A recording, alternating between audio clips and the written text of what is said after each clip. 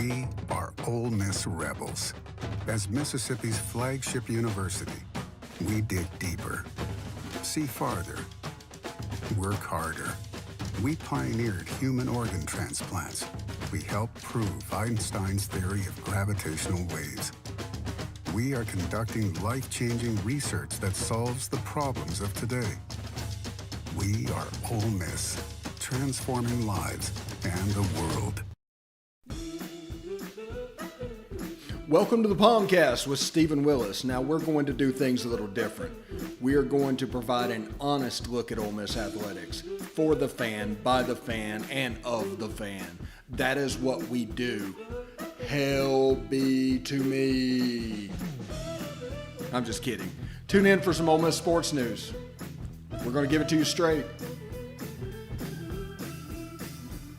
Yeah, right now. The POMcast starts now. It happens now. Holy cow. Listen to me. It's starting. Well, it's going to start right about now. Good morning, good morning, good morning. Welcome to the POMcast. I am your host on this magical mystery tour we call Ole Miss Fandom, Stephen Willis. Thank you very much for joining me today. We're going to talk a little bit of expansion. We're going to talk actually a lot of expansion today. So if expansion isn't your bag, it's almost over. It's almost over. Camp's about to start. We're going to get into Ole Miss sports. But this expansion thing's right after media days. It happened at the perfect time to kill about a week and a half of information to fill that void. And you were able to follow that with the POMcast. You were able to follow that on Beast of the East. You were able to follow that on Best of the West, SEC After Dark. We've had all of that covered, along with different perspective interviews that we have done along the way with Texas and OU. And today Jake Crain is going to talk about the SEC perspective and expansion and why you should be for this, why you should be happy, what this means moving forward. Before we get started, though, I do want to tell you about Travel and Cruise World. The number is 1-800-330-7461. Again, that is 1-800-330-7461. Basically, what I'm doing here is everybody needs a vacation in this COVID time. This has been going on at this point for 15, 16 months with a little break every now and then. But, spike happens, and information on all the parks could change in a blink of an eye.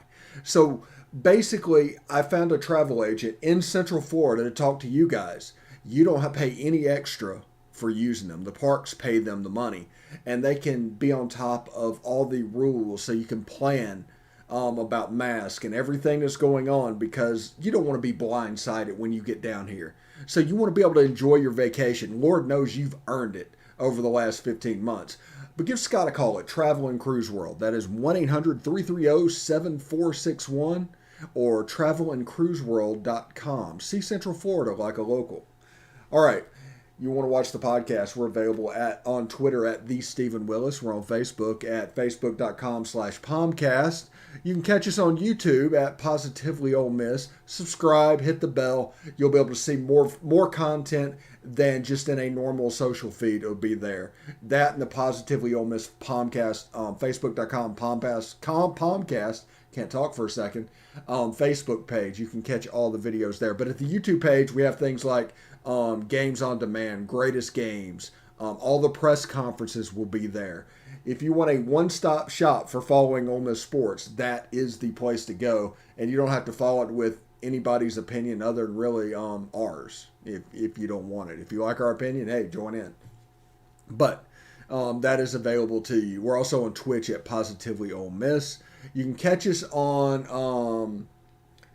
a podcast. Our podcast numbers are just exploding at the moment. It's good grief, that is crazy.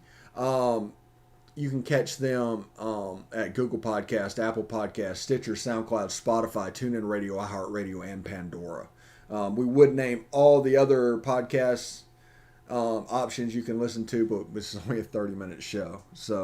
But I do appreciate all you guys doing your part and listening to the show, and thank you very much. It is very well noticed. Distribution change real quick before we get started. This is the way we are going to do videos in the future. The shows like the POMcast, Beast of the East, Best of the West, and SEC After Dark are going to go to the platforms that are expected. Anywhere you're used to seeing them, you will still be able to see them. But in the name of being respectful to timelines,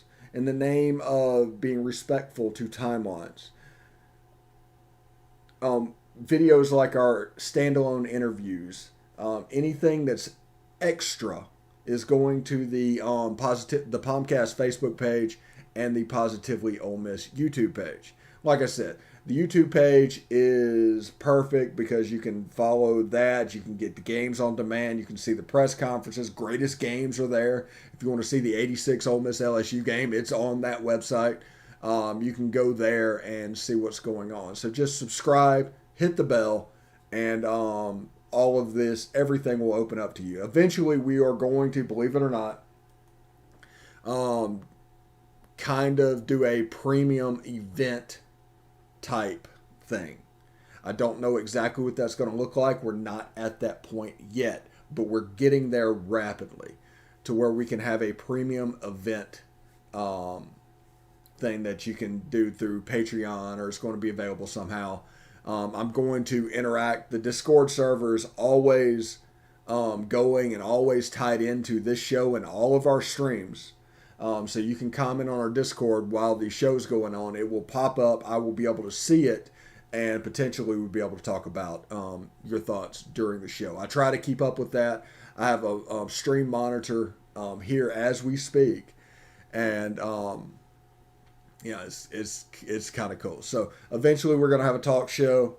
Eventually I'm looking at premium events. I'm seeing how name, image, and likeness can be used for exclusivity of athletes talking to the media. So, maybe we can get a player to talk, maybe we can do something like that. All the options are on the table, but what's going on right now has been planned for multiple months and nothing new has popped up. We just want to be at a high rate of efficiency before football season. And flexibility is key with doing that. So that is all the announcements and everything going on. So thank you for joining the show today. I'll get into the show with talking about the Big 12. I know this isn't a Big 12 show. I get that. But yesterday, Bob Bowlsby, the commissioner of the Big 12, had an insane press conference that included a cease and desist letter to ESPN, mentions of a single conference trying to poach his players or his teams, and being helped by their very own broadcast partner. By the way, if you want to make the Big 12 not viable moving forward, piss off ESPN. That's just absolutely crazy. That could have been handled with a phone call, but that wasn't intended to be handled from a phone call, because this is what is going on. All this is going on, and I'll talk about the Big 12 and the AAC in a second, but the Big 12 is trying to use legal wrangling to discourage the SEC presidents who are voting today. All the presidents and the commissioner talking there, they're going to talk about lawsuits. In their bylaws, they talk about making the transfer as difficult as possible for Texas and Oklahoma, and they're all of this stuff. They're gonna be petty for the money. In reality, it's just a guy trying to save his own job because there's a potential for it going away. But the reality is, after the SEC votes 14-0 yes today, which it will be 14-0, the Big 12 will lose the last remaining leverage chip it has. Once they officially go into the SEC, Oklahoma and Texas, and their Board of Regents Friday says, hey, we want to join the SEC, the Big 12 is officially on the clock at that point. All of this stuff that is going is like pregame. It's like a pregame show. It's like a weigh-in, essentially. Trying to win the weigh-in, trying to win public opinion, trying to win the breakup, to be perfectly honest. And they're trying to see how viable the Big 12 is. But as we heard late last night and this morning, the remaining 8 teams are trying to be wooed by the AAC. Now, I don't know if that's actually the direction that it's going. I don't know if Bob Bowlsby is just trying to make a stink to win the breakup. I don't know what's going on there. But those 8 teams and the AAC are kind of linked at this point. They are and looking like the American is trying to make a play to become if at the very least, a G5 super conference. And good for them, to be perfectly honest. I've seen lists of that. It would take them up to, I think, 20 teams. You even see things like going into pods. There'd be 4 or 5 team pods, and one of them is called the Metro Pod. And it's a bunch of Metro Conference teams. And I enjoy the throwback. I enjoy the nostalgia on that. I wouldn't be surprised if a division is called the Big XII or whatever it's called, because that's what they're known, or the Southwest Division or something like that. Just some sort of play on nostalgia. Now, not to change the subject right now, but I genuinely feel sorry for TCU right now. TCU went through the original Southwest Conference. They were an original member of the Southwest Conference and survived that breakup and didn't make it into the Big 12.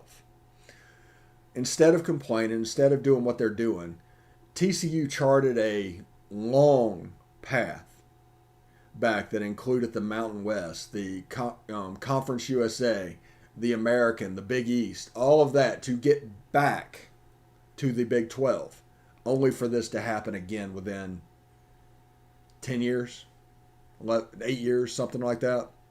So I do feel sorry for them, and I genuinely hope they find a nice landing spot.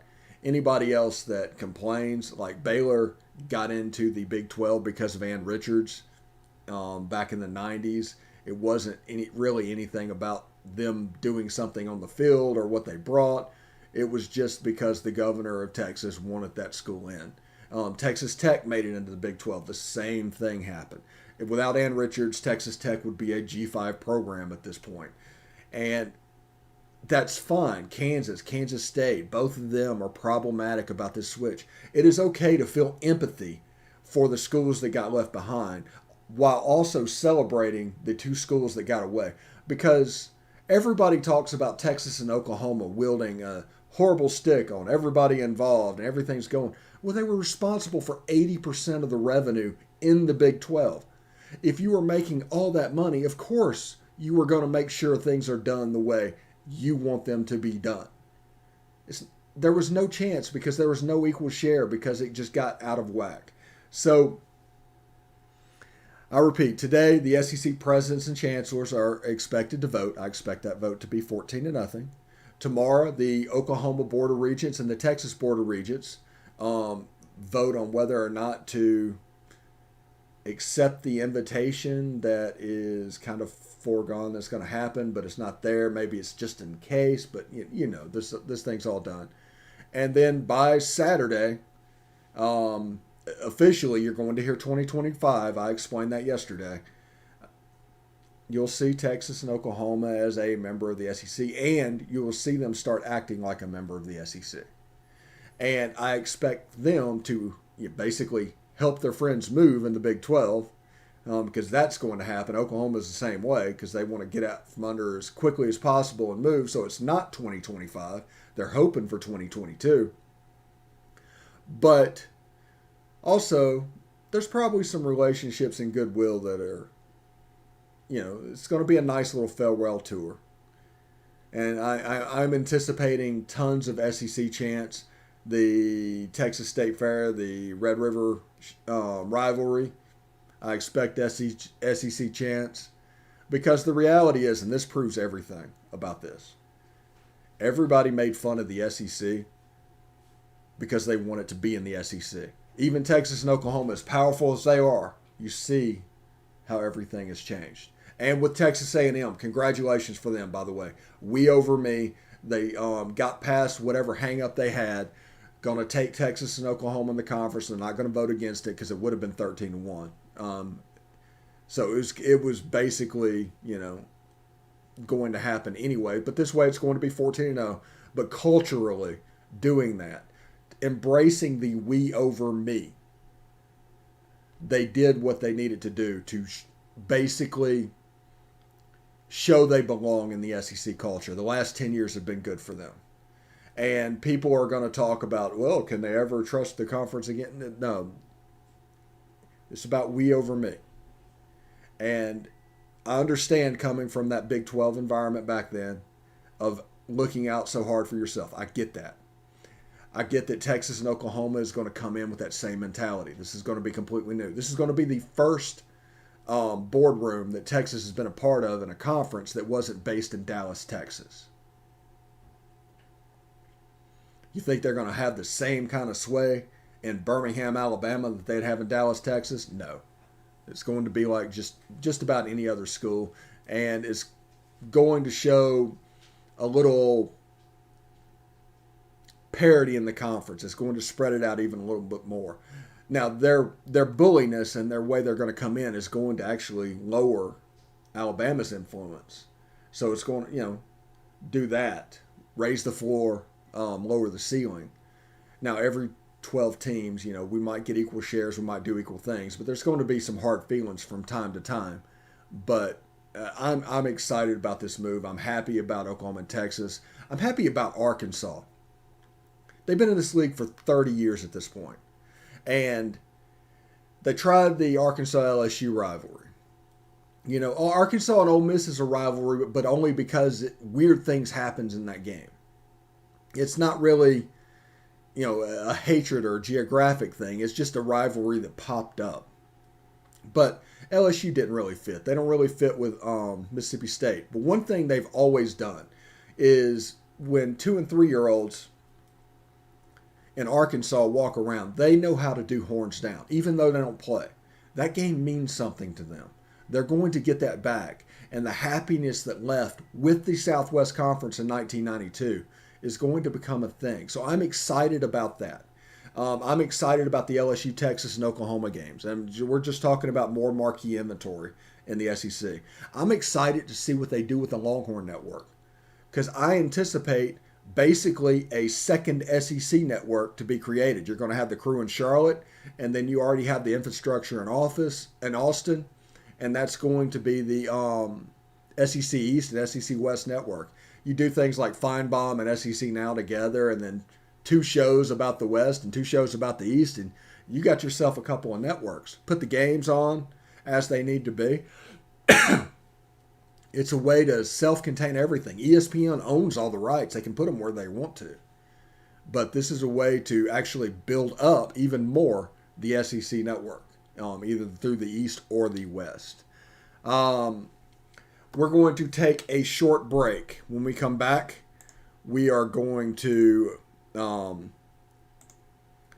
talk to Jake Crain, and he is going to tell us all about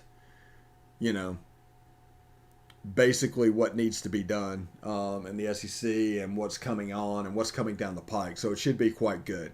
But stick around for that, and of course, holly tighty.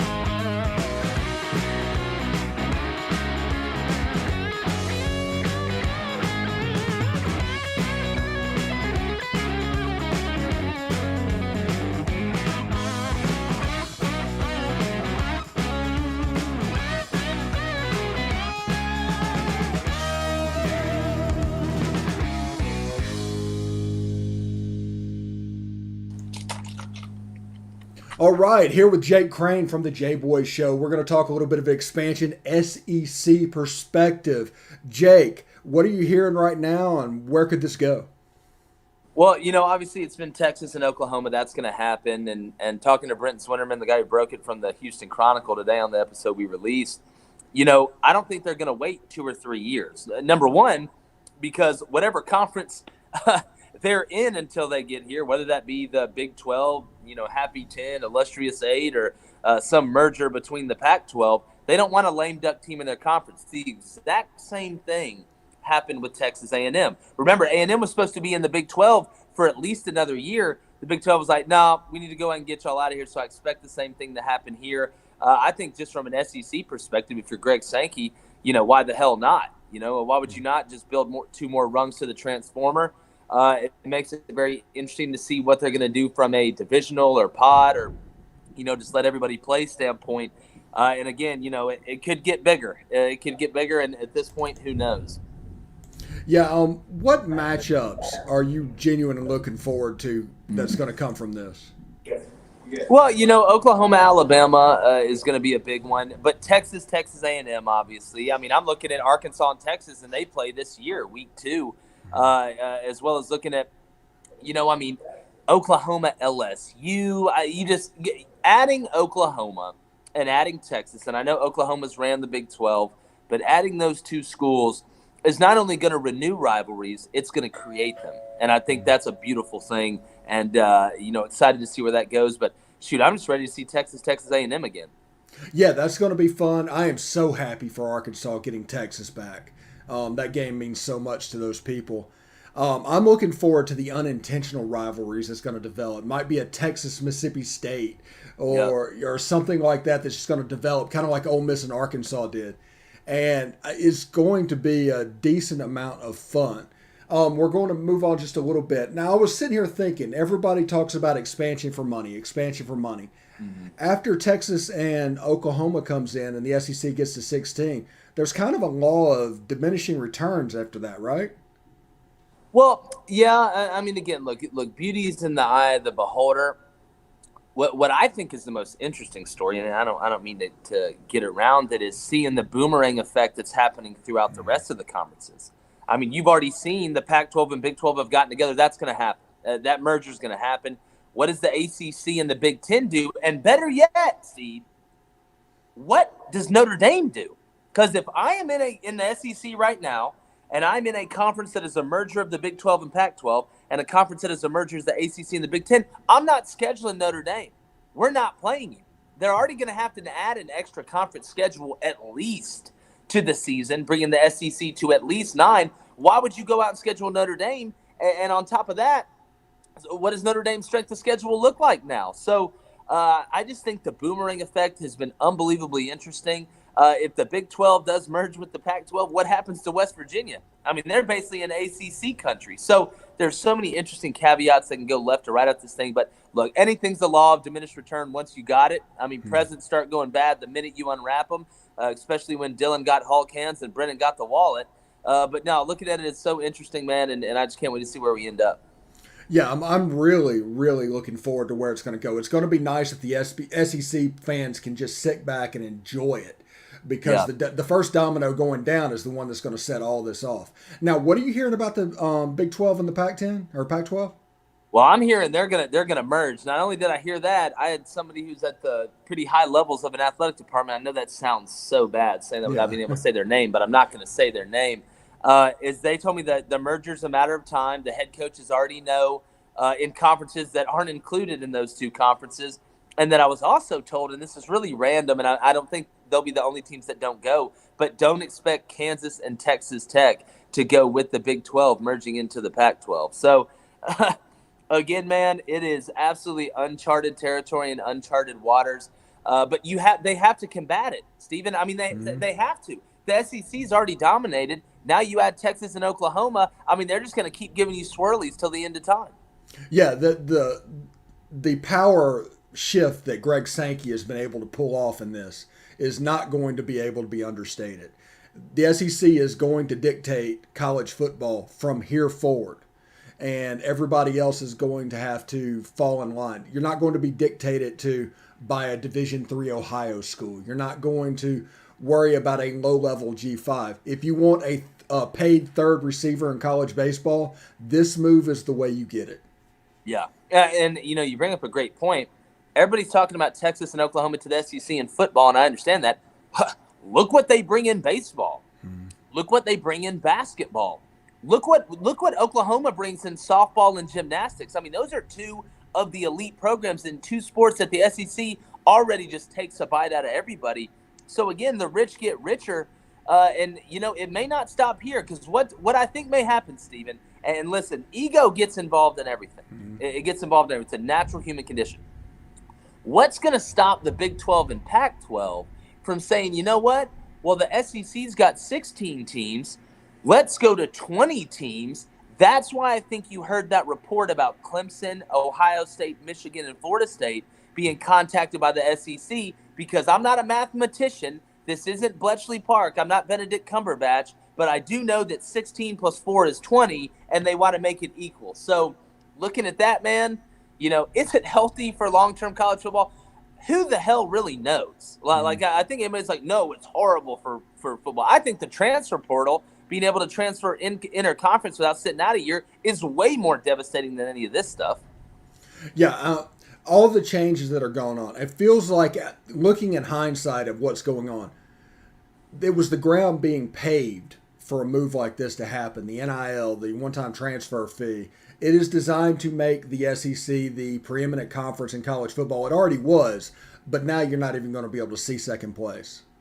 Oh, yeah. Well, I mean, look, I always say it on the show, if you're not evolving, you're dissolving. And just like any big government, I guess, their biggest worry is about keeping power. Well, how do you keep power? You keep making moves. And you keep making moves while you're in power, so you can dictate the terms of those moves. And look, in college football, the SEC is the dictator. That they really are. I mean, Greg Sankey kept this under wraps for 6 months. Yeah, that's amazing. And they told nobody.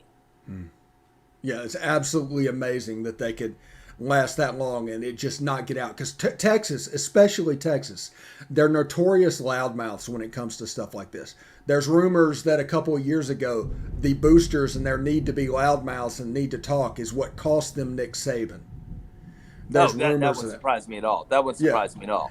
Yeah, so the fact that they were able to keep quiet for 6 months while all this was going on, it is an absolutely monumental thing. Yeah, and look, what did Lil Wayne say? Real G's move in silence like lasagna. When I look at it, because again, people have to understand, and I understand A&M fans being upset. I get it. I understand the administration being upset. But that gentleman's agreement was between Mike Slive and another party, not Greg Sankey and another party. So it's hard to get mad at Greg Sankey. And I think over time, my challenge is to A&M fans, and a lot of them are already coming around to it, stay and fight. Y'all got a much better roster and better personnel than Texas does. You really want to bury them? Bring them out in the backyard and beat their ass to death in front of everybody. And that's how you bury. Yeah, and also props to Texas A&M, because this is the first real decision, because they came from a background into the SEC where it was me. The SEC has always been we over me.